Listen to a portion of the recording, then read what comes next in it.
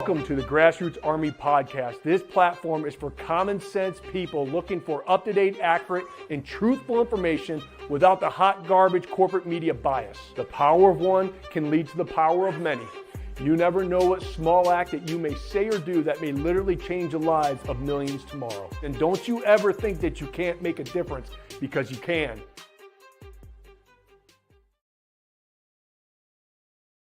Good morning, my fellow Michiganders. Good morning, my fellow Americans. Welcome to the Grassroots Army Podcast. I am, of course, your host, Garrett Soldano. And first thing that we are going to do today is congratulate all the winners from yesterday's election. Republican winners, we should say, right? And also to tell all the folks who didn't finish first, we appreciate you. I've been on the other end of that spectrum when we lost in the primary 2 years ago. My goodness gracious, time goes by so fast. But for everyone who threw their hat into the ring, thank you so much for doing that. I know exactly how much courage it takes to do that, how much time, commitment, sacrifice, everything to throw your hat in this evil game called politics. So thank you very much for doing so. My next little statement to all those folks out there who didn't finish first: don't quit. We need you. And that's why, as a party, it's going to be so important for us all to do what? To unite. Do not pick your ball up and go home. Support the candidates who won. We have to win up and down the ticket, folks. We have to. Which we're going to talk about messaging today, because we've all are trying to get through the huge amount of information and misinformation that's being thrown out on social media and everything else.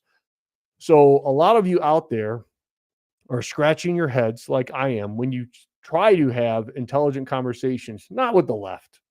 It's not going to happen. They are going to follow their party no matter what. So it's not worth wasting your time having conversations with those types of folks. I'm talking about people in the middle. I'm talking about fellow so-called Republicans. And people are like, well, if they don't believe what I believe, then they're rhinos. Hey, look, they're a vote, and they're a vote that we need. Let's stop with the name calling. Let's just start having conversations, because I've had conversations with people all throughout the state, not just my own echo chamber. Like, we can go to Rumble, we can go to our Telegram channels, and we can get all into this big old small echo chamber that we tend to think that is reality. But let me tell you the bad news. It's not reality. Going out and having conversations with normal folks, independent folks who are not plugged into social media, and they may be getting just a narrative, unfortunately, from corporate media. Because when you have conversations with these types of people and you ask them questions, here's what my advice to all of you: don't point the finger. Don't tell them what to believe. Have them come up with their own answers by asking questions, because this is what I do. When I have conversations, people always will go and say, well, I just don't like Trump's personality. And I say, yeah, I'll hear that a lot. President Trump's from New York. And what's the stereotype of New Yorkers? And they say, well, they're pretty rash. They're in your face. Absolutely. They have that stereotype that they're going to be right in your face, and they're going to tell you what they think, and they're going to argue, and they're going to be loud. I said, that's what New Yorkers in the past and presently, that's what they do. So that's what President Trump is. So we have to get through, personality. Would you say that's correct? Well, yeah. So, okay, let's just put the personality aside. Tell me what policies that you agree with that the Democrats are doing. And I just look at them. I don't say anything. I want them to tell me what they think those are. And I'm telling you what, the majority of people, when you talk to, they won't have an answer. They'll say, well, I like his foreign policy. I say, okay, but I like foreign policy too. So let me ask you this. What's going on in the world right now? Have them answer. Well, Putin attacked Ukraine. Correct. The Middle East, The Israeli-Palestinian conflict, correct. Iran, correct. China's knocking on the doorstep of Taiwan, correct. And what administration did that all happen under? Let them answer. I said, what happened underneath the Trump administration? And they said, well, what do you mean? Well, did Putin attack Ukraine? Well, no. What two administrations did Putin take advantage of and attack Ukraine? Let them answer. Guess what those administrations are? The Obama administration when he attacked Crimea. And then, of course, the Biden administration when he went into even further into Ukraine. And then I simply follow up. Was the Middle East on fire when President Trump was in office? Let them answer. It wasn't. Correct? See, that's how you get through what's called classical conditioning, folks. You have to understand this. I've witnessed this. You witnessed this. You've been through this. The pandemic and what these people were willing to do and follow because of a narrative that was pushed consistently over time through every social media platform and all corporate media. The Democrats had control of the narrative. And then you had people like me and others stand up and say, well, wait a minute, this doesn't make sense. Hey, lockdowns are going to do a whole hell of a lot more harm than good. Masks don't work. Mandates are unconstitutional. And what happened to folks like me and you when we stood up? We were deplatformed, we were censored, and we were buried in the timeline. We couldn't get that messaging out, could we? And then what happened with the majority of society? People blindly followed it. People blindly took an experimental procedure with no long-term safety and efficacy studies done on it, right? That's classical conditioning, aka brainwashing, and the Democrats are experts at it because why? They control the narrative. They control the narrative. And so that's why when you're having these conversations, it's mind-boggling to see. I've had a conversation with a dad who's an independent. I think he leans a little bit more left than he would claim.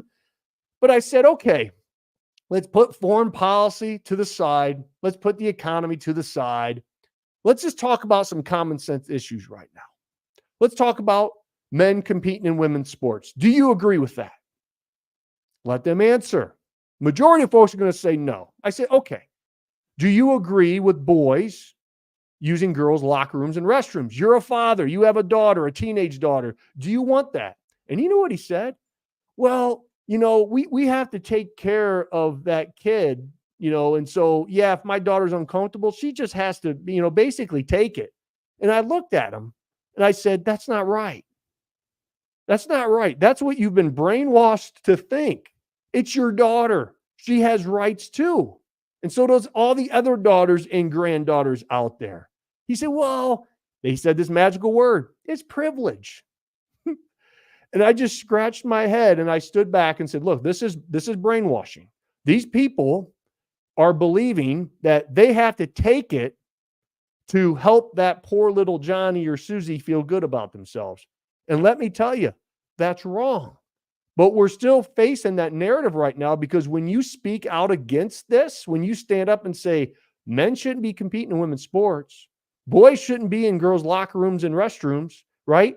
TikTok deplatformed me twice for saying those exact words, and they label it as hate. So we're still dealing with the brainwashing. We're still dealing with these social media companies who are controlled by the Democrats and only pushing out a certain narrative. Thank God for Elon Musk, because we wouldn't have had a snowball chance in Hades in this next election cycle if X was still, aka Twitter, was still owned by Frost, right? I think that's who owned it, Jack Frost, right? I forget his name. But the old owner of Twitter. We would not have had a chance because whoever controls the narrative and getting the narrative out controls the classical conditioning that takes place. That's what we're up against. Okay? So that's why you're beating your head against the wall when you're talking to these two people and you want to get emotional and fired up and you want to attack, but you can't. When people are brainwashed, the only way to get through that is to ask questions. It's not to go tit for tat with these types of people, because we, the ones who are awakened, as we say, the ones who are unplugged from the matrix, we all know this is true. This is our own echo chamber. And we know what Kamala Harris and Waltz, how they're going to run. The corporate media and the social media are going to prop them up, not as the most left-leaning candidates ever in the history of our country. No, they're going to run them from the basement. They're not going to ask those types of questions. They're only going to put out a narrative, the narrative that they're pushing out right now as weird, right? We're weird for thinking that boys shouldn't be using girls' locker rooms and restrooms. We're weird in thinking that men should be not competing within women's sports, right?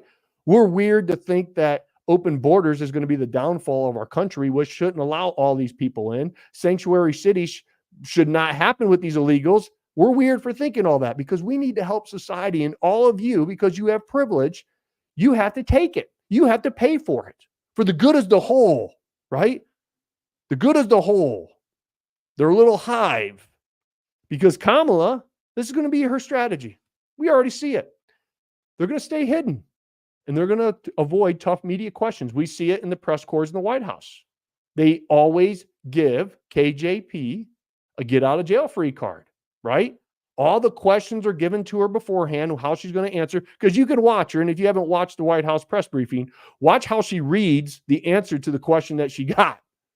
You know, if you got a surprise question, you're not reading the answer. She reads it verbatim. She'll look down and she'll read what she's supposed to say. It's basically classical conditioning. Put out a narrative, put out a narrative, put out a narrative. They're going to rebrand Kamala and Waltz, right, as this like Joe Biden from Scranton figure. Nice and warm and fuzzy. That's what the middle want to hear. I know it's disgusting, but that's what they want to hear. And the Democrat-controlled media is going to consistently, relentlessly push out this new narrative, this Joe Biden from Scranton candidate, right? And anyone who dares to challenge and start calling out and go tit for tat, you're going to be labeled a racist and a bigot, and you're going to be labeled weird now. That's what they're going to be pushed. You see it all over. It's all over TikTok right now. Weird with all a bunch of blue hearts, right? That's what they're pushing out. So here's the problem. Independents, the ones who are going to decide this election, and Republicans who still in their mind are brainwashed with Orange Man bad, even though they call themselves Republicans, who are, pro-life, who are Second Amendment followers, right? They still in their mind hate Trump so bad, they're willing to vote for communism instead of somebody who's going to save America. It's insane. I know it. And you want to bash your head against the wall when you have conversations with these people, me included, but we can't attack them. We have to run with this new narrative that we have to create, which worked so well in 2016. And what was that? To drain the swamp. Because the independents, they are exhausted right now from the nonstop barrage of information and misinformation that has been force-fed down their throats through corporate media and social media. They are numb. They're struggling to distinguish what is reality. You can see it. They're trying to get through the chaos and clarity. It's almost impossible. Our country is at a crossroads right now, but we have to refrain from going tit for tat. I'm seeing a lot of social media influencers do it. They're constantly putting out, tampon Tim or whatever the hell that is, because he was allowing boys in the restrooms to have access to tampons. That stuff's not going to work. It's not.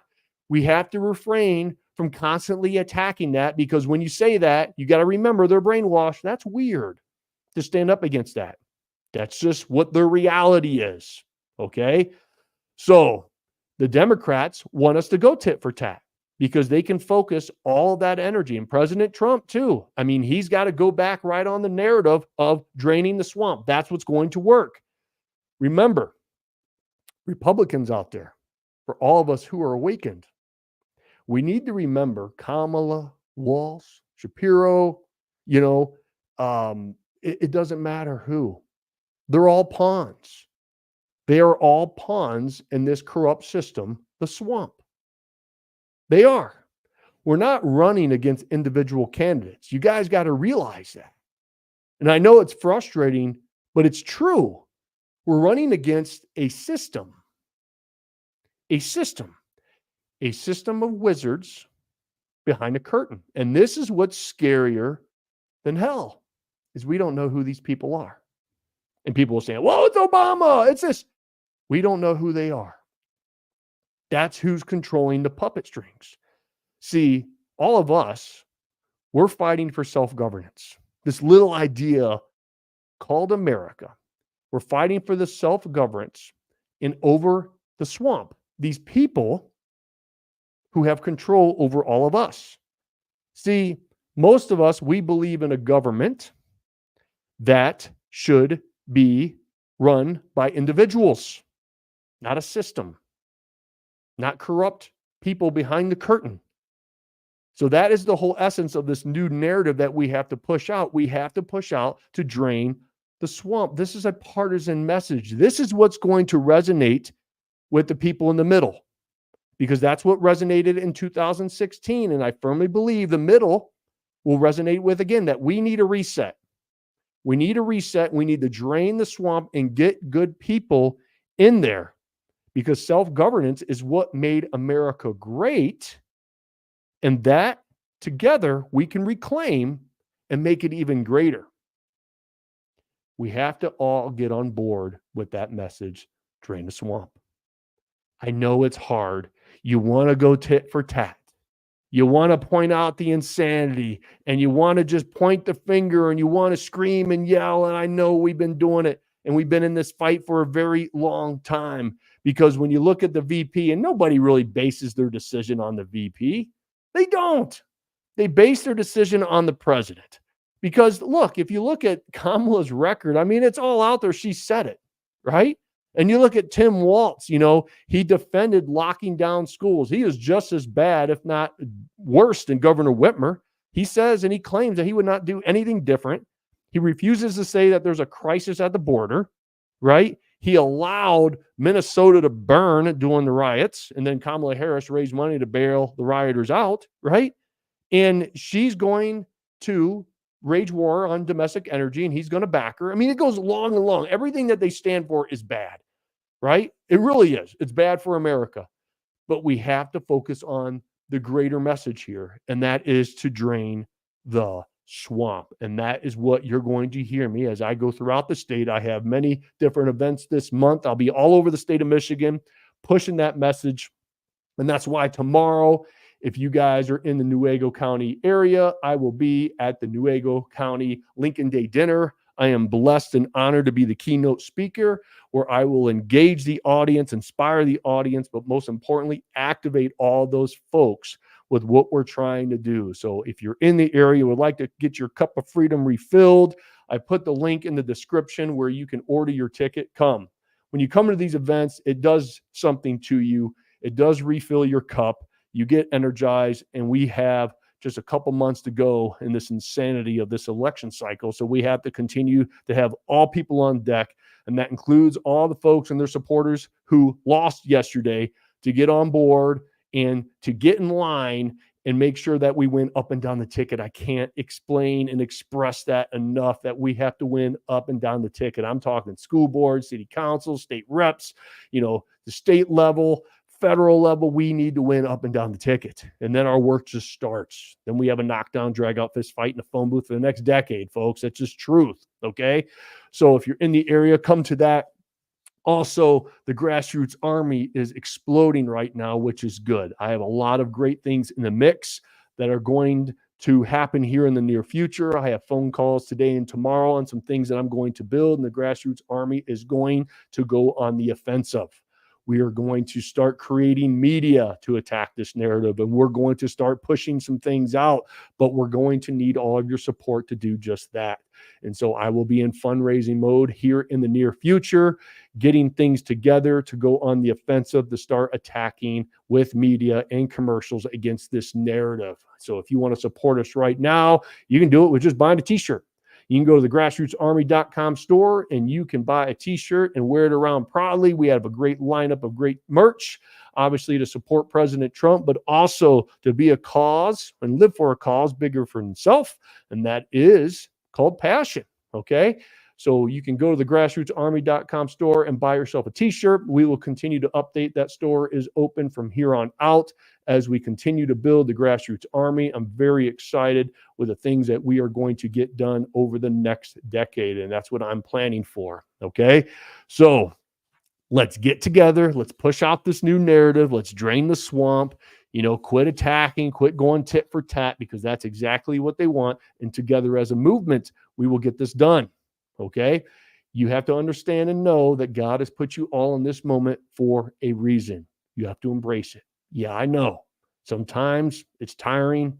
You're sacrificing a lot. It sucks. But just like I tell my kids, you have to embrace the suck. You have to embrace it, because you're literally voting for communism, or you're voting for America this election cycle. That's what it is. We have to drain the swamp. God bless you. God bless the state of Michigan. Of course, and always, God bless these United States. Till next time.